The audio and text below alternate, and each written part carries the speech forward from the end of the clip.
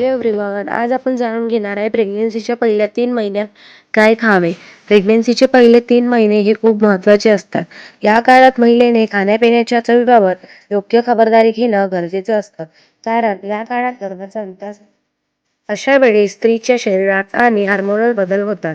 त्यामुळे अशक्तपणा आणि इतर आरोग्य समस्या उद्भवू शकतात. यासाठी महिलांनी पहिले 3 महिने प्रोटीन, कॅल्शियम आणि लोहयुक्त पदार्थांचं सेवन केलं पाहिजे.